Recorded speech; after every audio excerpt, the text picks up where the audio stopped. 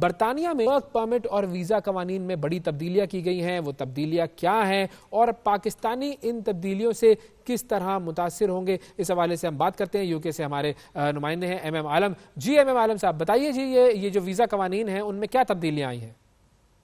جی ہاں, برطانیہ نے ویزا پالیسی میں بہت ساری تبدیلیاں کی ہیں. پہلے ورک پرمٹ پر اور اسٹڈی ویزا پر آنے والی جو ہے وہ اپنی فیملیز کو بلا سکتے تھے, مگر اب یہ قانون ختم کر دیا گیا ہے. دوسری بات یہ ہے اہم کہ پاکستان, نائجیریا اور سری لنکا سے آنے والے جتنے بھی اسٹوڈنٹس ہیں یا ورک پرمٹ ہولڈرز ہیں, ان پر یہ قانون لاگو کر دیا گیا ہے کہ نہ تو وہ پناہ گزینی جو ہے اس کے لیے کوئی درخواست دے سکیں گے, کسی عدالت سے رجوع کر سکیں گے, نہ کسی قسم کا وہ کیس ڈال سکیں گے, اور نہ ہی وہ اپنی فیملیز کو بلا سکیں گے. خاص طور پر بہت زیادہ جو سفر کر رہے ہیں وہ پاکستان کی وہ اسٹوڈنٹس ہیں جو پریگننٹ خواتین ہیں. وہ یہاں پر جب شارٹ کورسز پر آ رہی ہیں تو چونکہ 6 ماہ کا اسٹڈی ویزا نہیں ان کو دیا جا رہا, ان کو وزٹ ویزا دیا جا رہا ہے, جبکہ وہ اسٹڈی کے لیے آ رہی ہیں اور یونیورسٹیز میں وہ اپنے شارٹ کورسز کی فیسز جمع کروا کر یہاں پر آتی ہیں. تو ان کا جو میڈیکل کا چیک اپ ہے اس میں بہت زیادہ مشکلات درپیش ہیں اور ان کو بڑی بھاری فیسیں جو ہے وہ ادا کرنی پڑتی ہیں ڈاکٹرز کے چیک اپ کے لیے اور ٹیسٹوں کے لیے.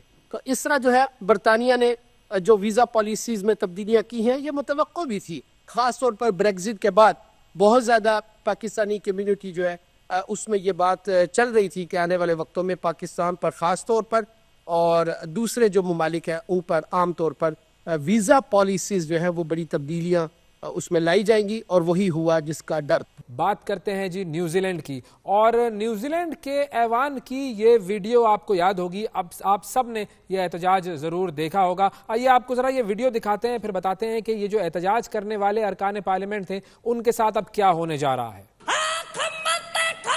جی تو یہ ویڈیو ہم سب کو یاد ہے. اب یہ ہے جی نیوزی لینڈ کی ماوری کمیونٹی اور اس کے ارکان پارلیمنٹ, اور ان ارکان پارلیمان کو یہ روایتی ہاکا احتجاج کرنا مہنگا پڑ گیا ہے. پارلیمنٹ نے 3 مقامی ماوری ارکان کو معطل کرنے کی سفارش کر دی ہے. ان اراکین نے گزشتہ سال ایک متنازع بل کی منظوری کے دوران روایتی ہاکا احتجاج کیا تھا, اور پارلیمنٹ کی جو پریویلیج کمیٹی ہے اس نے سفارش کی ہے کہ ڈیبی نگاروا پیکر اور رویری وائٹیٹی کو 21 دن کے لیے معطل کر دیا جائے, جبکہ ان کی ساتھی ہانا راوتی میں پکلاک کو 7 دن کے لیے معطل کیا جائے. اب یہ جو ہاکا رقص ہے یہ پارلیمنٹ میں ہونا کوئی غیر معمولی بات نہیں ہے, لیکن اس رقص کے لیے اسپیکر کی پیش کی اجازت ضروری ہوتی ہے, سوائے اس وقت کے جب یہ کسی تقریر کے دوران ہو. تو ہاکا جو ہے وہ ماوری قوم کا روایتی رقص ہے جو کہ ان سے اظہار جذبات, مزاحمت اور یکجہتی کی علامت کے طور پر استعمال ہوتا ہے.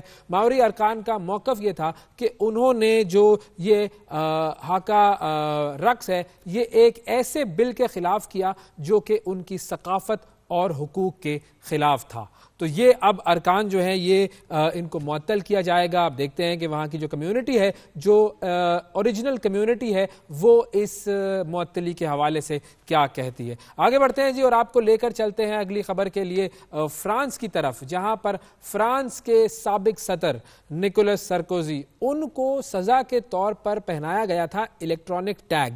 اور بیسکلی الیکٹرانک ٹیگ ہوتا کیا ہے کہ جب بھی کسی مجرم کو سزا دی جاتی ہے تو اس کی جو یہ جو ویئر اباؤٹس ہیں وہ لوکیٹ کرنے کے لیے, اس کی جو لوکیشن ہے اس کو جانچنے کے لیے یہ ٹیگ اس کو پہنایا جاتا ہے. تو یہ جو نکولس سرکوزی تھے ان کو بدعنوانی پر یہ جو سزا دی گئی تھی, اور اس سزا کی وجہ سے ان کو یہ ٹیگ پہنا دیا گیا تھا. اور اب دسمبر 2024 میں جو فرانس کی جو اعلیٰ ترین اپیل کورٹ تھی, انہوں نے 70 سال کے تھے نکولس, ان کو یہ 1 سال تک یہ ٹیگ پہننے کا حکم دیا تھا, لیکن ان کی جو عمر ہے اس کے پیش نظر جلد پیرول کے لیے ان کو درخواست کی اجازت دی گئی تھی. سرکوزی جو ہے وہ 2012 میں صدارتی انتخابات میں شکست کے بعد سے قانونی مسائل کا شکار ہیں, اور ان کا بیسک جو مدعا ہے وہ یہ کہتے ہیں کہ جی میں بے قصور ہوں, اور اس کیس کو یورپی عدالت برائے انسانی حقوق میں لے جانے کا وہ ارادہ رکھتے ہیں.